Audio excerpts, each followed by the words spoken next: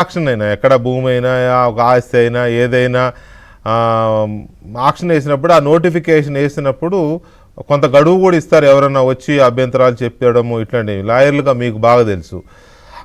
ఇది 2010 నుంచి ఉన్న ఎస్బీఐ భూమిని తీసుకొని అప్పటి నుంచి దాంట్లో నిర్మాణాలు చేయకుండా 2021లో అప్పటి ప్రభుత్వం కూడా నోటీస్ ఇచ్చినా స్పందించకుండా, మొన్న ఆక్షన్ నోటిఫికేషన్లు వస్తే అప్పుడు స్పందించకుండా, ఆక్షన్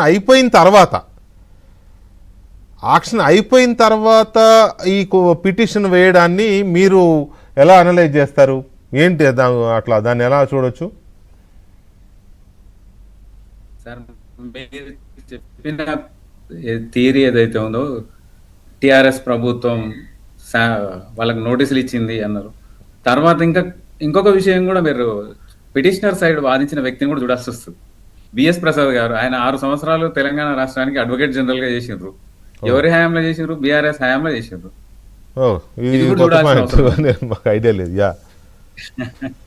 బండ శివప్రసాద్ గారు advocate general for the state of Telangana from 2017 to మన్నటి దాకా ఉన్నారు. తెలంగాణ బీఆర్ఎస్ ప్రభుత్వం దిగిపోయిన తర్వాత కూడా కొత్తగా అడ్వకేట్ జనరల్ అపాయింట్ అయ్యేంత వరకు ఆయన్నే అడ్వకేట్ జనరల్ గా వ్యవహరించారు. అంటే మీరు చెప్పిన కాన్స్పిరసీ ఏదైతే ఉందో దాన్ని స్ట్రెంథెన్ చేయడానికి అవకాశం ఉంది. ఇంకొక విచిత్రమైన విషయం ఏంటంటే, రేవంత్ రెడ్డి గారు కూడా వనపర్తికి చెందిన వ్యక్తి, అందుకే తొందరగా స్మెల్ చేయడం జరిగింది ఈ కుట్రను. వనపర్తి జిల్లా పరిషత్ స్కూల్లోనే 8th, 9th, 10th ఆయన చదవడం జరిగింది రేవంత్ రెడ్డి గారు. అందుకే ఈ శ్రీనివాస్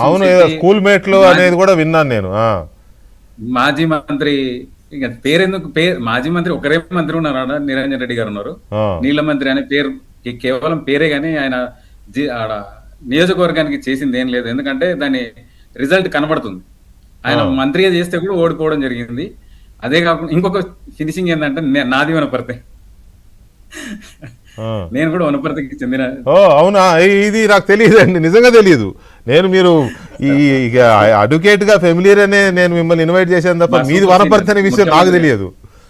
ముఖ్యమంత్రి గారు సూపర్ సీనియర్, నాకు 3 సంవత్సరాల సీనియర్ వారు. కాకపోతే శ్రీనివాసులు శెట్టి గారు, నిరంజన్ రెడ్డి గారు, ఇవంతా కూడా బిఎస్ ప్రసాద్ గారు, ఇంకా చాలా ఉన్నాయి సార్. హైకోర్టులో చాలా జరుగుతున్నాయి. వీళ్ళంతా కూడా ఒక కబ్జా చేసేసిండ్రు, హైకోర్టును కూడా కబ్జా చేసిండ్రు. ఏ రకాలుగా అంటే, మీకు గుర్తుండే ఉంటది, టెలిఫోన్ ట్యాప్ మీద కంప్లైంట్ ఇచ్చిందే నేను, జడ్జిల ఫోన్లు కూడా ట్యాప్ అయినాయని చెప్పిన వ్యక్తిని కూడా నేను. జబర్దస్తిగా వాళ్ళ పనులు చేయించుకోవడానికి ఈవెన్ హైకోర్టులో కూడా టెలిఫోన్ ట్యాపింగ్ చేయడం జరిగింది. ఆ విషయాన్ని ఫస్ట్ డిస్క్లోజ్ చేసిందే నేను. అంటే నా ఉద్దేశం, నేనేదో క్రెడిట్ కొడదామన్న ఉద్దేశం కాకపోతే, కాన్స్పిరసీ అన్న థియరీ మాత్రం వాస్తవం. అది థియరీ ఆబ్వియస్ గా అది నిజం. దీని మీద చర్యలు తీసుకోవాల్సిందే. ఎందుకు అంటే, ఎవరైతే కేటాయిస్తున్నారో వాళ్ళకి రద్దు చేసే అవకాశం ఉంటుంది. సింపుల్. ఇదంతా కూడా టీ కప్పులో తుఫాన్ అవుతుంది. ఆ రోజు ఇంత పెద్ద చర్చ జరుగుతుంది. అసలు construction, what is the purpose? Construction చేయనప్పుడు ఎవరైతే అలాట్ చేసిందో రాష్ట్ర ప్రభుత్వం, ఏ పార్టీ అయినా ఉండొచ్చు, ఎవరైనా కావచ్చు, అధికారం పూర్తి స్థాయిలో vested with government, state government allot చేసిండ్రు, క్యాన్సిల్ చేసిండ్రు. వాళ్ళు వాడుకోలేదు, తప్పు వాళ్ళది. జరిగిన తప్పుకు పూర్తి స్థాయిలో బాధ్యత వహించాలి. ఏదో నెగోషియేషన్స్ పోకుండా డైరెక్ట్ గా హంశంటం తుంశంటం అని చెప్పేసి దాడి చేయడం అనేది, ప్రభుత్వం మీద దాడి చేయాలనుకోవడం అనేది ఇంకా చాలా జరుగుతాయండి. ఈ డెట్ రికవరీ ట్రిబ్యునల్ ను అడ్డు పెట్టుకొని బ్యాంకులు చేసే మోసాలు భయంకరం. అసలు దాని మీద మీరు చేస్తే కొన్ని 100 ఎపిసోడ్లు మీకు దొరుకుతాయి. ఎవరైనా సరే 2 నెలలు 3 నెలలు కట్టకపోతే ఎన్పిఏ కింద అకౌంట్లు అని చేసి వాళ్ళ ఇంటిని చాలా తక్కువ ధరలో తక్కువ ధరలో అమ్మేస్తారు. ఆ కుట్రలో ఇప్పుడు ఈ కేసులో ఉన్న పిటిషనర్ తరఫున వాదించిన వారు కూడా గొప్ప వాళ్ళు ఉన్నారు. వీళ్ళ ఆస్తులన్నింటినీ కూడా ఆ డెట్ రికవరీ ట్రిబ్యునల్ లో సంపాదించిన డబ్బులన్నీ కూడా దాంట్లో వచ్చిన ఆస్తుల మీద పెట్టడం జరిగింది. దీని మీద నిఘా మీద పెడితే కూడా తెలిసిపోతుంది. ఒక గత ప్రభుత్వంలో పనిచేసిన వ్యక్తులు వాళ్ళ డబ్బులను డెట్ రికవరీ ట్రిబ్యునల్లో అమ్మిన ఏవైతే ప్రాపర్టీ ఉన్నాయో వాటిని కొనడానికి, బినామీ పేర్లతో కొనడానికి వాడుకున్న మాట వాస్తవం. అందుకే బ్యాంకులు పూర్తి స్థాయిలో వీళ్ళకి మోకరిల్లుతున్నాయి. పాత టీం ఏదైతే ఉందో లీగల్ టీము, దానికి పూర్తి స్థాయిలో మోకరిల్లి వాళ్ళకి ఏది చేయాలంటే అది చేస్తున్నాయి. ఈ కేసు కూడా అదే ఉదంతం. గౌరవ ముఖ్యమంత్రి గారిని నేను రిక్వెస్ట్ చేస్తున్నా, బ్యాంకులు చేసిన అక్రమాలు డెట్ రికవరీ ట్రిబ్యునల్ అడ్డు పెట్టుకొని డెట్ రికవరీ ట్రిబ్యునల్ కు ఎవరైనా సరే లోన్ తీసుకున్న వ్యక్తి వెళ్ళాలంటే లక్షల కొద్ది కోర్టు ఫీజులు కట్టాల్సి వస్తుంది. అందుకని భయపడి అసలు డబ్బులు ఉంటే లక్షల రూపాయలు ఉంటే కంతు ఈఎంఐలు కట్టుకుంటారు కదా సార్.